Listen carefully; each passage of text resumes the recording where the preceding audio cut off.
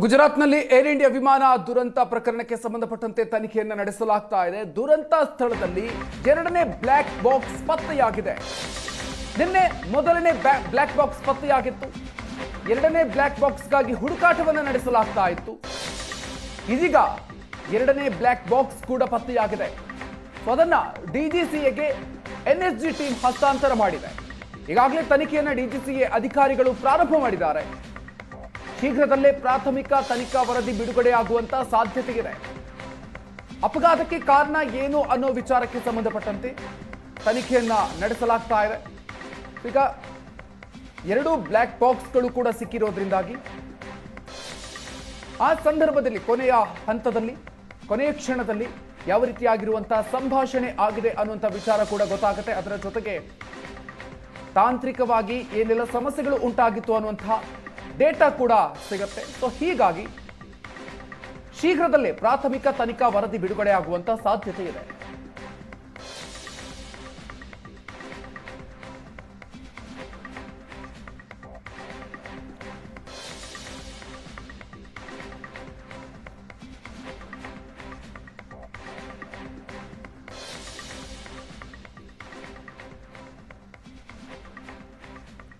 ಬಗ್ಗೆ ಹೆಚ್ಚಿನ ಡೀಟೇಲ್ಸ್ ಕೊಡ್ತಾರೆ ನಮ್ಮ ಪ್ರತಿನಿಧಿ ಶಶಿ ಶೇಖರ್. ಸ್ಥಳದಿಂದ ನಮ್ಮ ಜೊತೆಗೆ ನೇರ ಸಂಪರ್ಕದಲ್ಲಿ ಜಾಯ್ನ್ ಆಗ್ತಾ ಇದ್ದಾರೆ. ಶಶಿ, ಸೊ ಇದೀಗ ಬ್ಲಾಕ್ ಬಾಕ್ಸ್ ಎರಡನೇ ಬ್ಲಾಕ್ ಬಾಕ್ಸ್ ಕೂಡ ಸಿಕ್ಕಿರುವಂತದ್ದು. ಸೊ ಹೀಗಾಗಿ ತನಿಖೆಗೆ ಸಂಬಂಧಪಟ್ಟಂತೆ ಬಹಳಷ್ಟು ಇಂಪಾರ್ಟೆಂಟ್ ಆಗಿತ್ತು ಈ ಬ್ಲಾಕ್ ಬಾಕ್ಸ್ಗಳು. ಸೊ ಎರಡು ಕೂಡ ಸಿಕ್ಕಿರೋದ್ರಿಂದಾಗಿ ತನಿಖೆಯ ವೇಗ ಚುರುಕುಗೊಳ್ಳುತ್ತೆ. ಸೊ ಈ ಬಗ್ಗೆ ಏನೆಲ್ಲ ಡೀಟೇಲ್ಸ್ ಸಿಗ್ತಾ ಇದೆ ಶಶಿ? ವಿಮಾನ ದುರಂತ ಸ್ಥಳದಲ್ಲಿ CVR ಮತ್ತು FDR ಎಂಬ ಎರಡು ಬ್ಲಾಕ್ ಬಾಕ್ಸ್ಗಳನ್ನು ಈಗಾಗಲೇ ಅಲ್ಲಿ ಸ್ಥಳದಲ್ಲಿ ತೆರವು ಕಾರ್ಯಾಚರಣೆಯನ್ನು ಮಾಡ್ತಿದ್ದಂತಹ NDRF ಅಧಿಕಾರಿಗಳು ಮತ್ತು DGCAನ ಅಧಿಕಾರಿಗಳಿಗೆ ಎರಡೂ ಬ್ಲಾಕ್ ಬಾಕ್ಸ್ಗಳು ಸಿಕ್ಕಿದೆ. ನಿನ್ನೆ CVR ಅನ್ನುವ ಒಂದು ಬ್ಲಾಕ್ ಬಾಕ್ಸ್ ಸಿಕ್ಕಿತ್ತು. ಈಗ ಫ್ಲೈಟ್ ಡೇಟಾ ರೆಕಾರ್ಡರ್ FDR ಅನ್ನುವ ಬ್ಲಾಕ್ ಬಾಕ್ಸ್ ಇವತ್ತು ಪತ್ತೆಯಾಗಿದೆ. ಕೆಲವೇ ಕ್ಷಣಗಳ ಹಿಂದಷ್ಟೇ ವಿಮಾನದ ಅವಶೇಷವನ್ನು ಅಲ್ಲಿನಿಂದ ಕ್ರೇನ್ ಮೂಲಕ ಎರಡು ಹೈಡ್ರಾಲಿಕ್ ಕ್ರೇನ್ಗಳನ್ನು ಬಳಸುವ ಮೂಲಕ ಅಲ್ಲಿಂದ ಅದನ್ನು ಲಿಫ್ಟ್ ಮಾಡುವಂತಹ ಪ್ರಯತ್ನವನ್ನು ಮಾಡ್ತಾ ಇದ್ರು. ಹಾಸ್ಟೆಲ್ ಕಟ್ಟಡದ ತಾರಸಿಯಗೆ ಸಿಲುಕಿಕೊಂಡಿತ್ತು ವಿಮಾನದ ಅವಶೇಷ. ವಿಮಾನದ ಮುಂಭಾಗ ಸಂಪೂರ್ಣ ಸುಟ್ಟು ಕರಕಲಾಗಿದೆ. ಹಿಂಭಾಗದ ಅವಶೇಷ ಸುಟ್ಟು ಕರಕಲಾಗಿಲ್ಲ, ಹಾಗೆ ಉಳಿದಿತ್ತು. ಕಟ್ಟಾಗಿದೆ.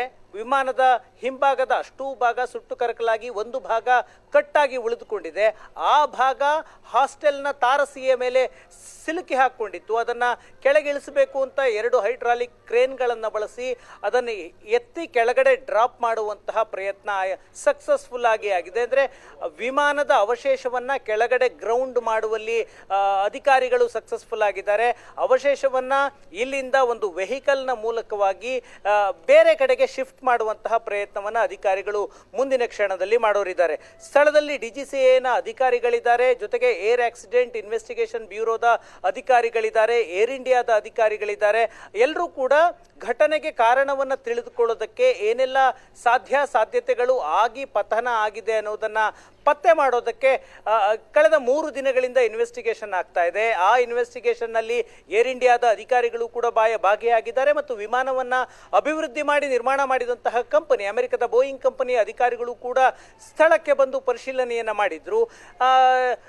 FSLನ ಅಧಿಕಾರಿಗಳು ಕೂಡ ಇದ್ರು. ಒಟ್ಟಾರೆಯಾಗಿ 6-7 ಏಜೆನ್ಸಿಯ ಅಧಿಕಾರಿಗಳು ಸ್ಥಳಕ್ಕೆ ಬಂದು ಮೊಕ್ಕಾಂ ಹೂಡಿ ಇಡೀ ಘಟನೆ ನಡೆದಂತಹ ಸ್ಥಳದಲ್ಲಿ ಕಾರಣ ಏನು ಅಂತ ತಿಳಿದುಕೊಳ್ಳುವುದಕ್ಕೆ ಏನಾದರೂ ಸಾಕ್ಷ್ಯಗಳು ಸಿಗುತ್ತಾ ಅಂತ ಪರಿಶೀಲನೆಯನ್ನ ಮಾಡಿದ್ದಾರೆ. ಉಳಿದಂತಹ ಅವಶೇಷ ಕಟ್ಟಡದ ಮೇಲಿತ್ತು, ಅದನ್ನು ಗ್ರೌಂಡ್ ಮಾಡುವಲ್ಲಿ ಸಕ್ಸಸ್ಫುಲಿ ಆಗಿದ್ದಾರೆ. ಬ್ಲಾಕ್ ಬಾಕ್ಸ್ಗಳು ಸಿಕ್ಕಿದ್ದಾವೆ, 2 ಬ್ಲಾಕ್ ಬಾಕ್ಸ್ಗಳು. ಆ ಬ್ಲಾಕ್ ಬಾಕ್ಸನ್ನ ಡಿಕೋಡ್ ಮಾಡುವಂತಹ ಪ್ರಯತ್ನ ಮುಂದಿನ 1 ವಾರ 15 ದಿನಗಳ ಕಾಲ ಅದನ್ನು ಡಿಕೋಡ್ ಮಾಡುವಂತಹ ಪ್ರಯತ್ನ ಇರುತ್ತೆ. ಅಧಿಕಾರಿಗಳು ಅದನ್ನು ಡಿಕೋಡ್ ಮಾಡಲಿದ್ದಾರೆ. ಅದಾದ ನಂತರ ಎಕ್ಸ್ಪರ್ಟ್ಗಳು ಅದರಲ್ಲಿರುವಂತಹ ಮಾಹಿತಿಯನ್ನು ಅನಲೈಸ್ ಮಾಡಲಿದ್ದಾರೆ. VCRನಲ್ಲಿ ಸಿಕ್ಕಂತಹ ಮಾಹಿತಿಯಲ್ಲಿ, CVRನಲ್ಲಿ ಸಿಕ್ಕಂತಹ ಮಾಹಿತಿಯಲ್ಲಿ, ಕಾಕ್ಪಿಟ್ ವಾಯ್ಸ್ ರೆಕಾರ್ಡರ್ನಲ್ಲಿ ಸಿಕ್ಕಂತಹ ಮಾಹಿತಿಯಲ್ಲಿ ಕೇವಲ ಮೇ ಡೇ ಅನ್ನುವಂತಹ ಸಂದೇಶ ಮಾತ್ರ ಇತ್ತು ಅನ್ನುವಂತಹ ಮಾಹಿತಿ ಸಿಕ್ಕಿದೆ. ಈಗ FDR ಬ್ಲಾಕ್ ಬಾಕ್ಸ್ ಸಿಕ್ಕಿರೋದ್ರಿಂದ ಫ್ಲೈಟ್ ಡೇಟಾ ರೆಕಾರ್ಡ್ ಅದರಲ್ಲಿ ಆಗಿರುತ್ತೆ. ಫ್ಲೈಟ್ ಡೇಟಾ ರೆಕಾರ್ಡಲ್ಲಿ ಏನಿರುತ್ತೆ ಅಂತ ನೋಡೋದಾದರೆ, ವಿಮಾನ ಯಾವ ವೇಗದಲ್ಲಿ ಟೇಕ್ ಆಫ್ ಆಯಿತು, ಎಷ್ಟು ಎತ್ತರದಲ್ಲಿ ಹಾರೋದಕ್ಕೆ ಪ್ರಯತ್ನ ಮಾಡ್ತು, 650 ಅಡಿಯ ಎತ್ತರದಿಂದ ವಿಮಾನ ಪತನ ಆಗಿದೆ ಅನ್ನೋದು ಸ್ಪಷ್ಟ ಆಗ್ತಾ ಇದೆ. ಒಂದು ವೇಗಕ್ಕೆ ಒಂದು ವೇಗದಲ್ಲಿ ಎತ್ತರಕ್ಕೆ ಸಾಗಿ ಆನಂತರ ಎತ್ತರಕ್ಕೆ ಹೋಗಲಾಗದೆ ಹಾಸ್ಟೆಲ್ನ ಕಟ್ಟಡಕ್ಕೆ ಅಪ್ಪಳಿಸಿತ್ತು. ಅದಕ್ಕೆ ರೀಸನ್ ಏನು ಅನ್ನೋದನ್ನು ಪತ್ತೆ ಮಾಡುವಂತಹ ಕೆಲಸವನ್ನು FTR ಡೇಟಾದಲ್ಲಿ ಸಂಗ್ರಹ ಆಗಿರುತ್ತೆ. ಒಂದು ವೇಳೆ ಅದು ತಾಂತ್ರಿಕ ತೊಂದರೆ ಅಂದರೆ ಯಾವ ತಾಂತ್ರಿಕ ತೊಂದರೆ, ಎಂಜಿನ್ಗೆ ಇಂಧನ ಸರಬರಾಜಾಗಿಲ್ವಾ, ಅಥವಾ ಎಂಜಿನ್ನಲ್ಲಿದ್ದ ಆಯಿಲ್ ಸಮಸ್ಯೆ ಆಯಿತಾ, ಅಥವಾ ಮೆಕ್ಯಾನಿಕಲ್ ಎರರ್ ಆಯಿತಾ, ಅಥವಾ ಪೈಲಟ್ ಕಡೆಯಿಂದ ಎರರ್ ಆಯಿತಾ ಅನ್ನೋದು FDR ಡೇಟಾದಲ್ಲಿ ಸೇವ್ ಆಗಿರುತ್ತೆ.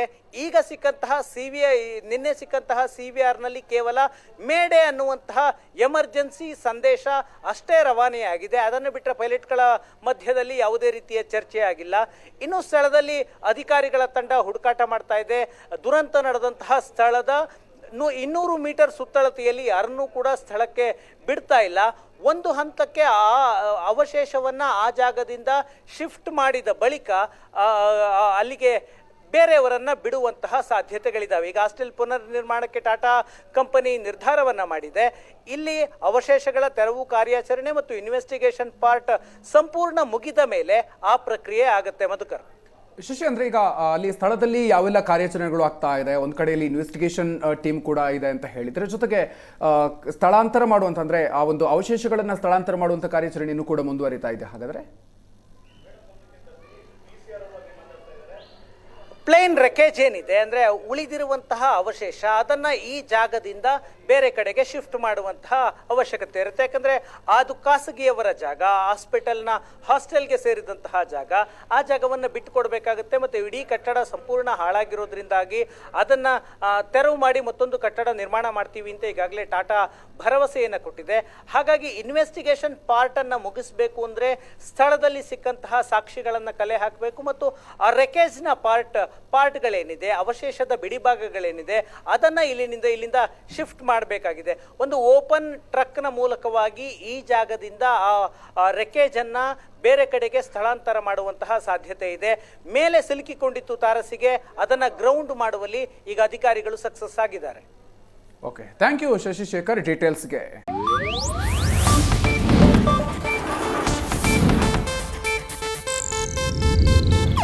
ಇದು ಏಷ್ಯಾನೆಟ್ ನ್ಯೂಸ್ ನೆಟ್ವರ್ಕ್ ಪ್ರಸ್ತುತಿ.